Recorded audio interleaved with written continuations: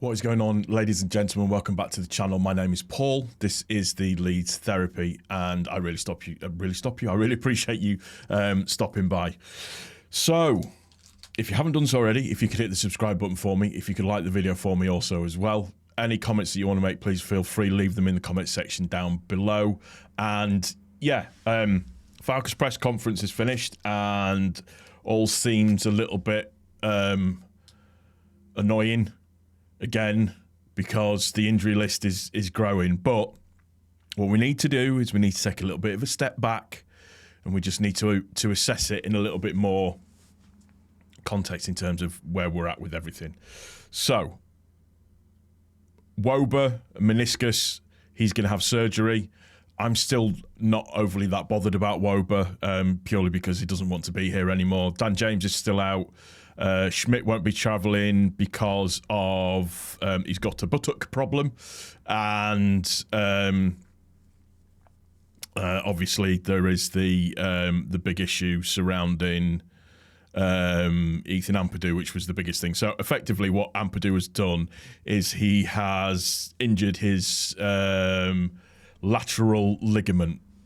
Now, being somebody that's done their ACL and then everything that goes around it, so you've got your ACL, so you've got, say like this is your kneecap here, you've got your ACL which sits here, anterior cruciate ligament. You've then got, if this was say your right leg, so you've got your lateral ligament that sits on the outside and your medial ligament, sorry for hitting the thing, that sits on the middle. So it's this one that he's done some damage to, and it looks as though he's going to be out for minimum of 10 weeks. If we look at it on the, in terms of what the doctors have said after they've been to the doctors, it looks like it doesn't need surgery, that he just needs recuperation and rehabilitation on that. Now, I know from injuries on your knee, they're a bugger to sort out, and they are difficult at times. So the likelihood is that we may not see him again until January 2025. So it is a massive blow, huge blow. It's your captain. He's a great player.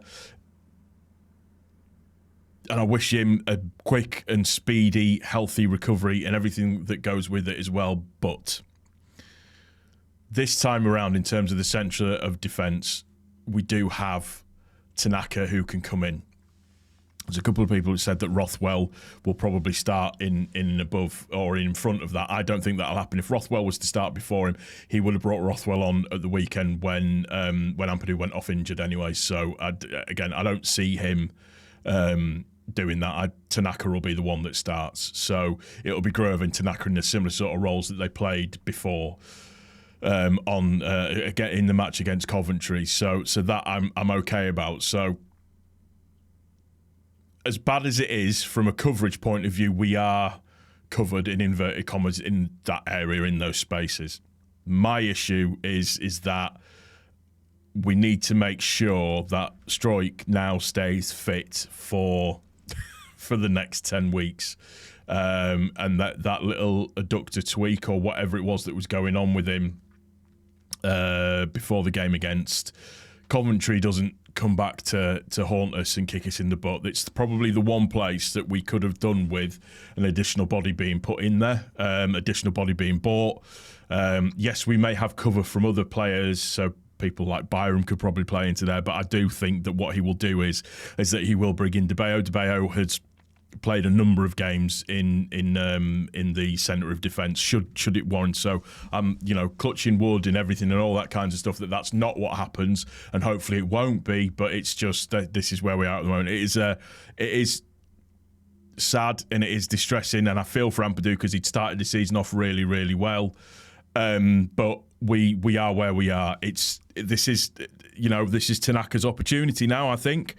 And he has to grab it with both hands and almost make himself irreplaceable over the next 10 weeks because he's going to be getting quite a few games. And I think it'd be really interesting to see how he plays because the stuff that he did when he came on was brilliant, was really, really good. So whilst it's horrible, like I said, what's happened to Ampadu, and I wouldn't wish it on anybody, I'm not as overtly concerned as if it was more members of the defence, if that makes sense. Not to belittle or say that Ampadu's not important, because obviously he is. He's incredibly important as a player for us. He's team captain, but just we've got some decent options in that area that could really, really help. So thankfully on that basis, we've got Tanaka that can come in. And like I said, it's just a case of people keeping as fit as humanly possible over the next few weeks. And certain things that I'd like to see when the international break happens, and in fairness, the international break coming when it does now, and I've been one of the biggest proponents of being really annoyed about international breaks, it coming now probably isn't the worst thing, because it gives people a little bit of time to rest and recuperate themselves. So I don't want Rodon to go onto the international break. All the other players that might potentially go, I want them all to stay at Ellen Road and stay at Thorpe Arch, getting fit, getting healthy again. So yeah, we'll have to wait and see what happens with that one. That's going to do it for this one. Let me know what you think in the comment section down below. Really, really sorry for Ampadu, and I wish him a massive speedy recovery. I know you won't be able to keep him away from the ground, and it'll be there every game and every opportunity and everything like that. So yeah.